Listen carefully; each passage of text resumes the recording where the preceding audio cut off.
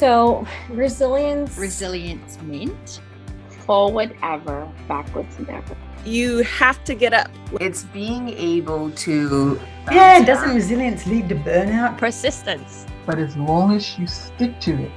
So that for me is what resilient community is all about. When I think of resilience, the old definition of resilience, I would just call it the ability to... Very tough game. So resilience for me means... Resilience for me... not giving up. I think it's perseverance. I think it's about giving yourself the grace to make mistakes and fail. So in 2018, I ended up in hospital in renal failure, which was a little bit of a shock to me. And on the third day, the doctor came in and he said to me, "I'm putting you on the same drug Lance Armstrong used to cheat with." And I'm like, love it. That's awesome. But in the same breath, he said to me, another 2 or 3 days at home, and he said, "You were just going to go to sleep and not wake up." And at the time, my son Fletcher was not even a year old.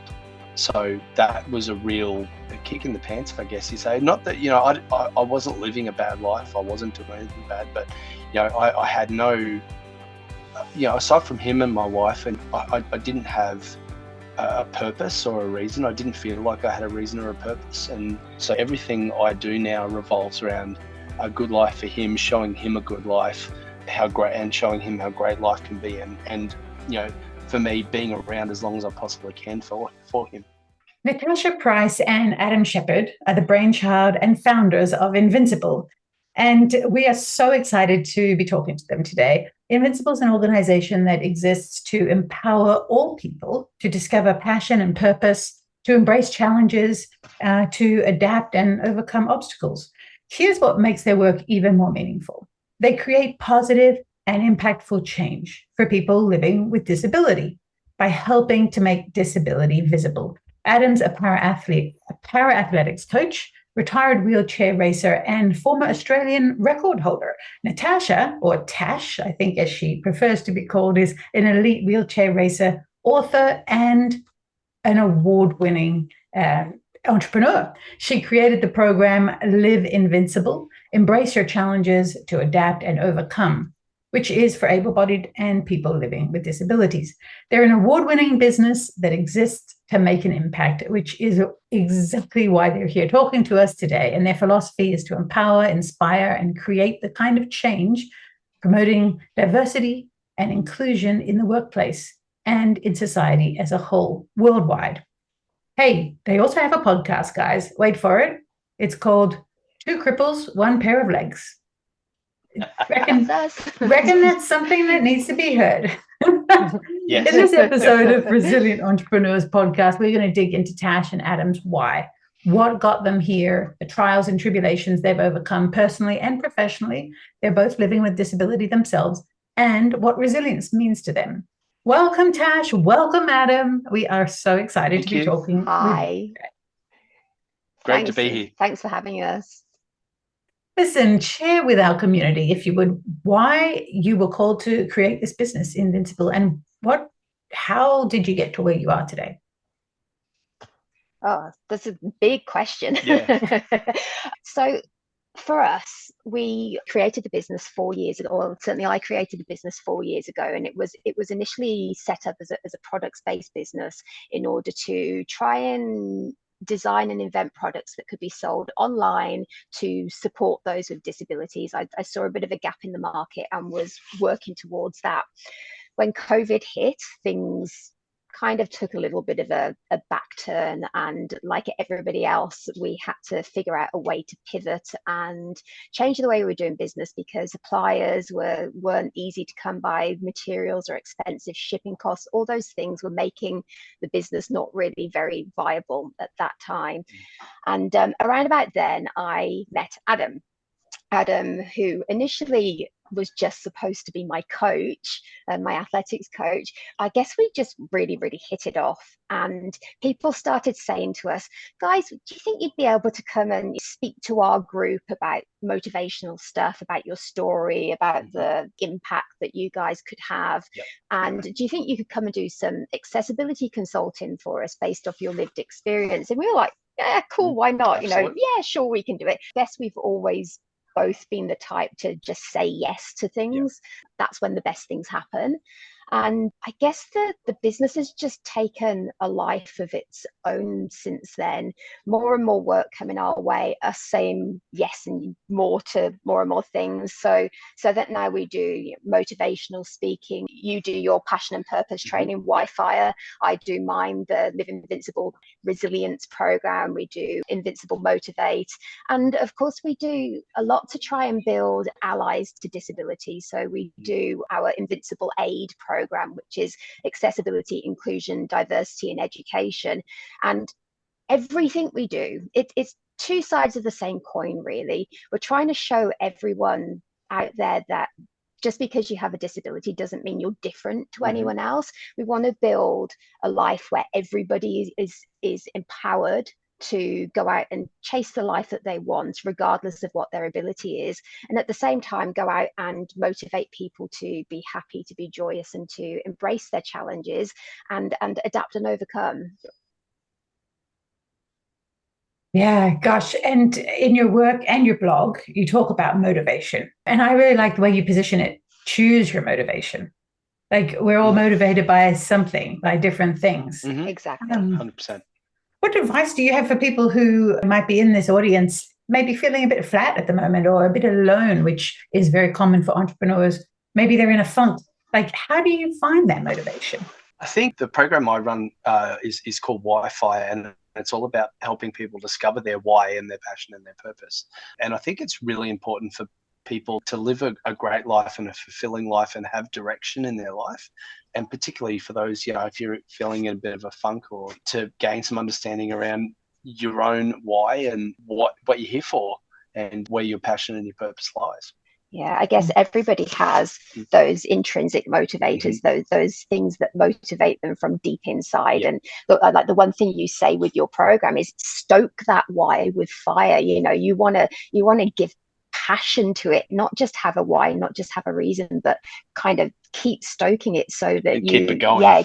Keep that fire burning, so that you have that reason to get up every day. You have that reason to keep chasing your dreams. And the only way you can do that is by figuring it out and knowing exactly what it is, hone in on it, and then use that as the fire in your belly to keep you going. Yeah, absolutely. Yeah. We talk a lot about using your intrinsic motivators. So, the stuff that you're really, really passionate about, the stuff that makes the hair on the back of your neck stand up in life to pull you, to move you forward, and and to pull, and everyone ends up in those funks, and like as you said, so it's using those things to help pull you out and keep you on the track. Yeah. What's your why? My why is my son Fletcher. He's 5, and basically being the best dad and the fittest and healthiest dad I can be for him. Yeah, that's it. I guess your story has really made you realize just how important Fletcher is to you. I mean, not that you didn't already know, but yeah. So in 2018, I ended up in hospital in renal failure, which was a little bit of a shock to me. And on the 3rd day, the doctor came in and he said to me, "I'm putting you on the same drug Lance Armstrong used to cheat with." And I'm like, love it. That's awesome. But in the same breath, he said to me, another 2 or 3 days at home, and he said, "You were just going to go to sleep and not wake up." And at the time, my son Fletcher was not even a year old. So that was a real kick in the pants, I guess you say. Not that, I wasn't living a bad life. I wasn't doing anything bad. But, I had no, aside from him and my wife, and I didn't have a purpose or a reason. I didn't feel like I had a reason or a purpose. And so everything I do now revolves around a good life for him, showing him a good life, and showing him how great life can be. And for me, being around as long as I possibly can for him. Yes. Yes. Beautiful. How do you help people find their why if they haven't had a monumentous kind of trigger or tipping point like that? Well, finding your why is different for everyone. It's truly different for everyone. Not everybody, as you said, has had like that big thing in their life. The adversity kind of, it often shapes your life, and it can shape your life in positive ways if you allow it and you use it in those positive ways. But everybody has had some kind of challenge in their life. Everybody. Some people's can be greater than others, but quite often that honing in on that and realizing the things that you were feeling at the time that you were going through those challenges will actually help you to figure out what your why is. So for me personally, I was bedbound for nearly 10 years by a rare disease that I didn't know I had. I woke up one day blind in both eyes. Within a couple of weeks, I was paralyzed from the waist down. And that experience kept me in a not in a negative way, but kind of doubting my own abilities and doubting my ability to go out and lead a life that I wanted. And that kept me in that situation for much, much longer than it needed to. Now that I've managed to make those changes in my life, my why is to show other people that they too can have a great life as long as they've got the tools and the ability to be able to do that. And I don't ever want to see anyone feel that they can't do something just because of what their perceived abilities are or the thoughts and feelings and opinions of other people are. So my why is very, very much about making sure that nobody feels that sense of hopelessness that I felt during that time. So by understanding what I went through, understanding what my thoughts and opinions were at that time, I've been able to really, really hone in on the difference that I want to make in the world for others. Yeah.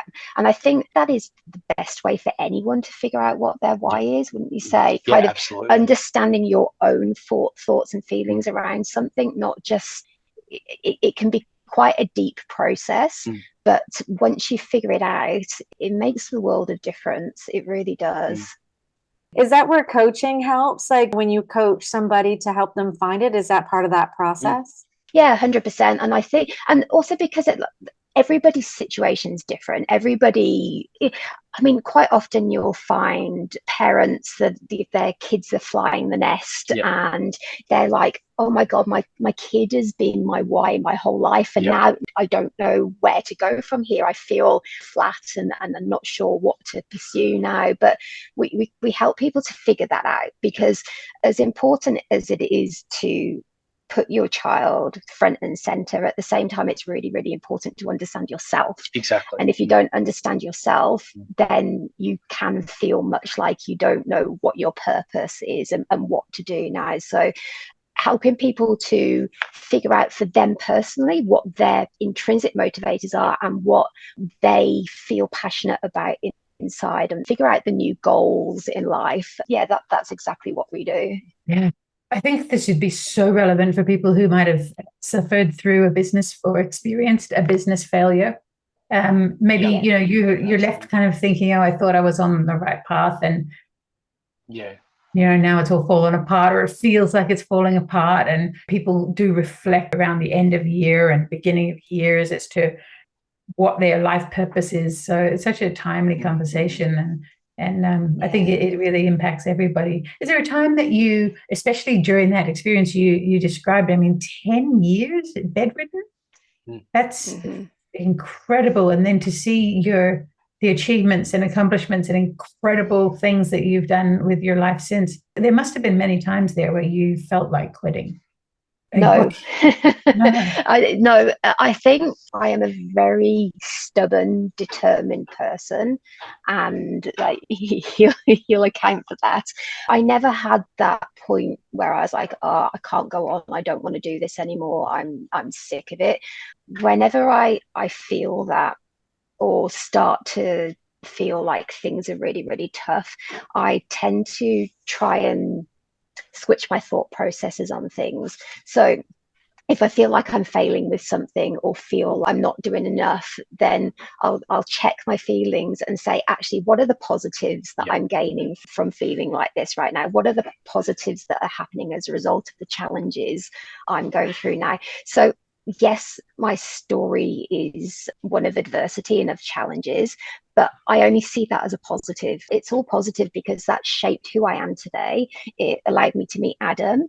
It allowed us to start the business we have now. And we're going out and making an impact every single day on people. And had this stuff not happened to me, I would have been doing what I was doing prior to everything happening, which wasn't fulfilling, and it wasn't something that I was passionate about. So I think we can both safely say we both wake up in the morning with with fire in our bellies and raring to get at it. Yeah, exactly. And keep doing what we do. Yeah, exactly. That's exactly how every entrepreneur should feel when they get out of bed, right? That's so exciting to hear you say that. And yeah, I mean, I think, sometimes we can't quit. Sometimes that's not an option. But it's great to hear that you spin it. And I wonder, not spin it, you interpret it that way as a positive. And is your philosophy one where I often hear from great thought leaders about psychology and mindset, is that your thoughts aren't always true? Your feelings aren't always true?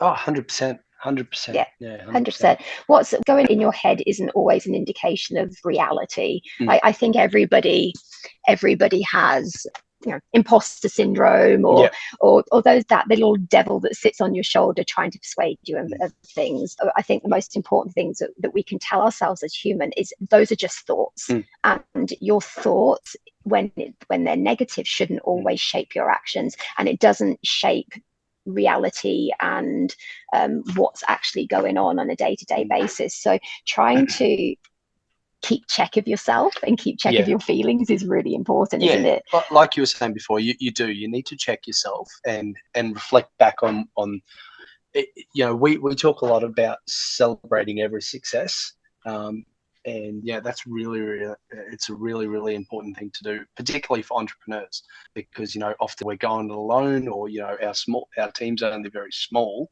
So when we have successes, it's really super important that we have something that we can reflect back on and go, yeah, that was a really great moment. Yeah, remember the good stuff. And that good stuff only needs to be something small. Like, successes can literally be getting through your to-do list on a day. And I think it's really easy for people to forget just how important it is to celebrate the small wins as well as the major wins, because it's those small wins that keep you going, that keep you feeling positive, and making sure that you reflect on those and don't constantly reflect on the negative. 100%. That's the way to keep moving forward. And I think you tend to see more what you think about as well. So when you're seeing more of the positive, it definitely brings more back to you. You manifest it. Yeah, exactly. Yes. What do you guys do, like, for your own self? Do you have any morning routines? A lot of successful entrepreneurs have some crazy morning routine. Or is there anything in your day that you do consistently that helps you to stay positive and to stay in the right mindset? We'll say the same thing here. Well, we're both up at 5:30 every morning to go to the gym, and on average we spend an hour and a half to 2 hours in the gym of a morning, and just exercising, stretching, whatever. We generally have a routine that we do, but some days it's just about getting in there and getting on the trail and on a grinder and moving our arms, or it just depends. But I think I could speak for both of us and say that without that, if we have a day where we don't have that, we both we're both horrible to be around. It's like, you didn't go to the gym today, neither did you. And I mean, on top of that, as an elite athlete, I'm also training another 2 hours a day in my race chair. So we make sure we're very routine based. We have to be in order to fit everything in. But that training, that is what keeps us both 100%. Kind of able to focus on everything that we need to do in each day, because we lead incredibly busy lives. Yeah. Is the gym customized in any way, or how do you work that?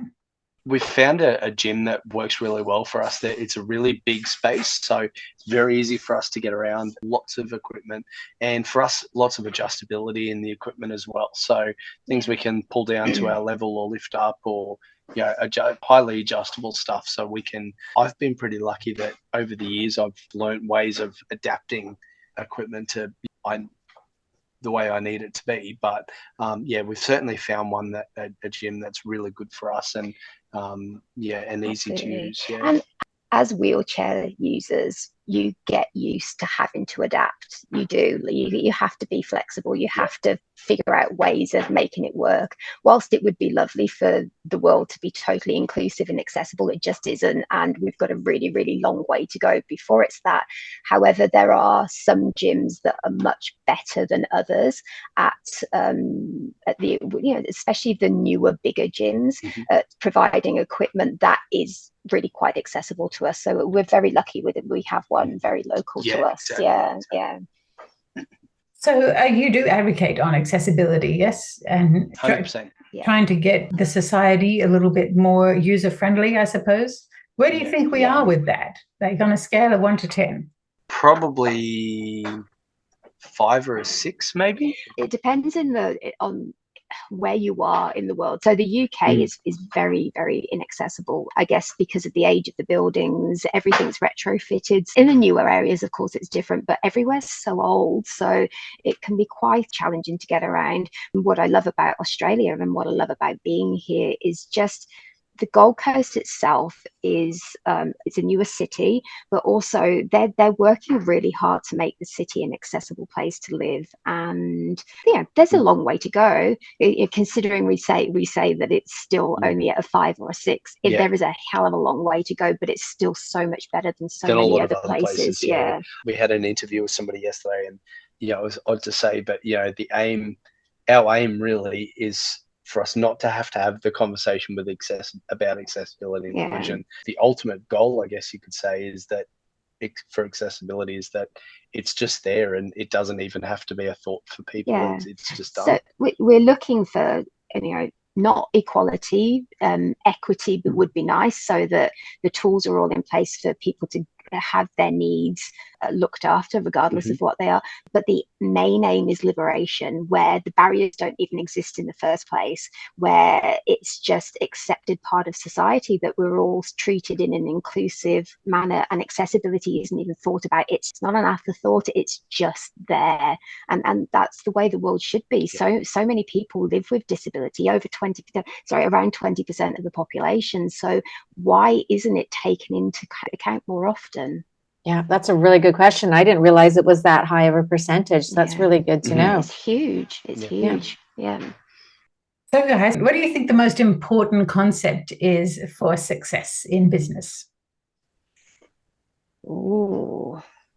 Passion is obviously important. Yeah, passion, but a willingness to just give it a go. I think in business and in anything in life, people are so controlled by their fears. They're so concerned about getting things wrong that they don't give themselves the chance to get it right.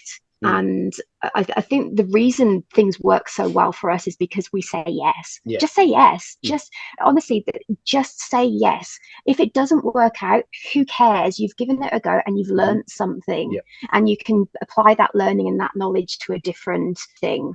Nothing will ever work if you don't try it in the first place. So don't be ruled by that fear. I guess let go of those fears and use those fears as a driving factor. Generally, if you're scared of something, that's the time when you should do it, because it will generally lead to something good.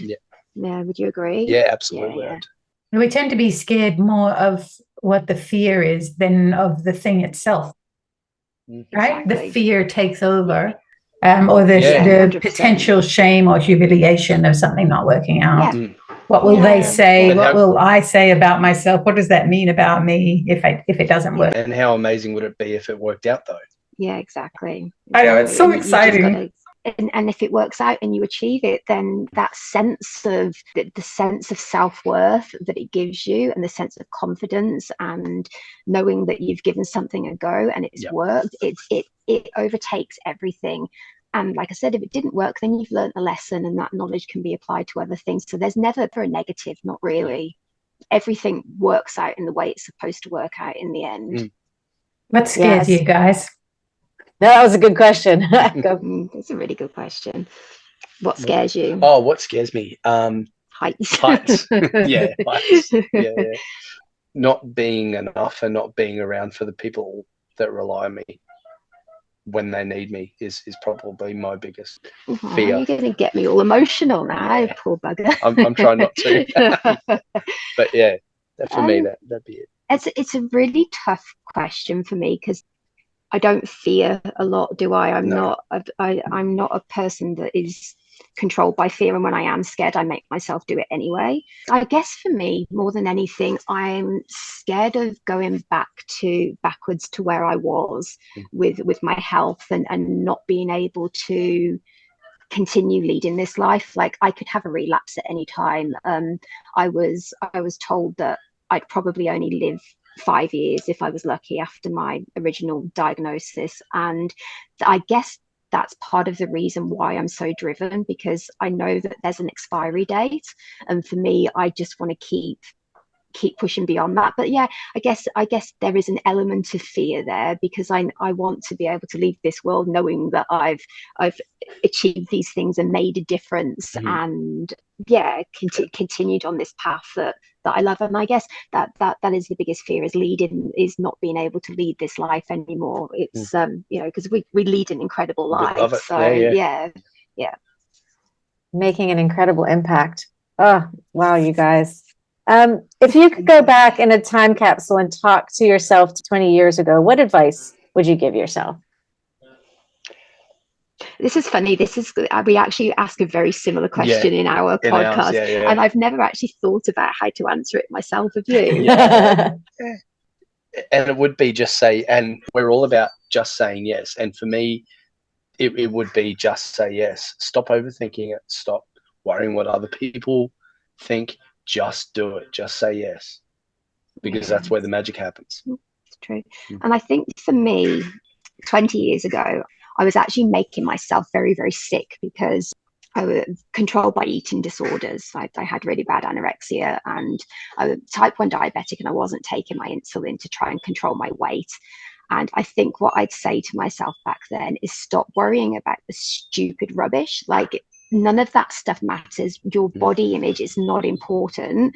What really matters is happiness and fulfillment. Find a way to be happy, and find a way to stop being so desperate for control that you're doing that to yourself. Because I think that's what it came down to, is I felt like my life was out of control, and that was the only way to be able to regain some control of it. So I think I would have told myself, don't be so bloody ridiculous. Wow, I can imagine. You guys are the very definition of resilience. It feels even silly to ask you what your definition of resilience is, because you're, I think, my definition of resilience. But what does resilience mean to you guys? Do you know what? A lot of people think that resilience is about constantly being positive and happy, and that's just not the case. Resilience is about being able to pick yourself up and keep going, even when the chips are down, even when you feel like you can't keep going on. It's finding that way to keep managing how you feel in order to keep moving forward each day.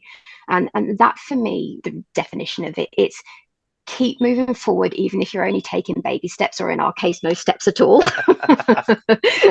But keep taking those small steps to move forward, even when embrace your challenges and find a way to adapt and overcome, because that is how you become resilient. Yeah, absolutely. Yeah, I think for me, it's about riding the waves and enjoying the journey, and keeping an eye on having one eye on the prize at the end. Yeah, absolutely. Yeah. It's not a sprint, it's a marathon, and you've got to enjoy it. There's always going to be times when it's not enjoyable, but keeping an eye on the prize at the end, and to the best of your ability, enjoying every part of the process is important. Yeah. Phenomenal, guys. Phenomenal. Tash and Adam from InvincAble, you truly are invincible and resilient, and so many other descriptive words. It's an absolute pleasure to meet you in person, well, on Zoom in person. And listen, I'm a big fan. I'll be listening to Two Cripples and a Pair of Legs. Two Cripples, one pair of legs. One pair of legs, that's it. Yeah. That's the podcast name. Yeah, I'll be tuning in for sure. And we really appreciate you sharing your wisdom and experience and vulnerability with our community today. And I know that people will have gotten so much from this. Thank you so much. Thank you for having us. Yeah, it has. Thank you. Thanks for joining us on Resilient Entrepreneurs, and please subscribe to this channel to be notified of each new episode. We love supporting entrepreneurs, especially with mindset, marketing, and motivation, which is why we feature entrepreneurs from all walks of life in various stages of business. We hope their stories will inspire and encourage you to keep doing what you do well with resilience. We've also created this space for an incredible community of business founders who meet weekly in our membership called the Level Up League. If you want to know more about it, look us up online at 241branding.com. See you next time.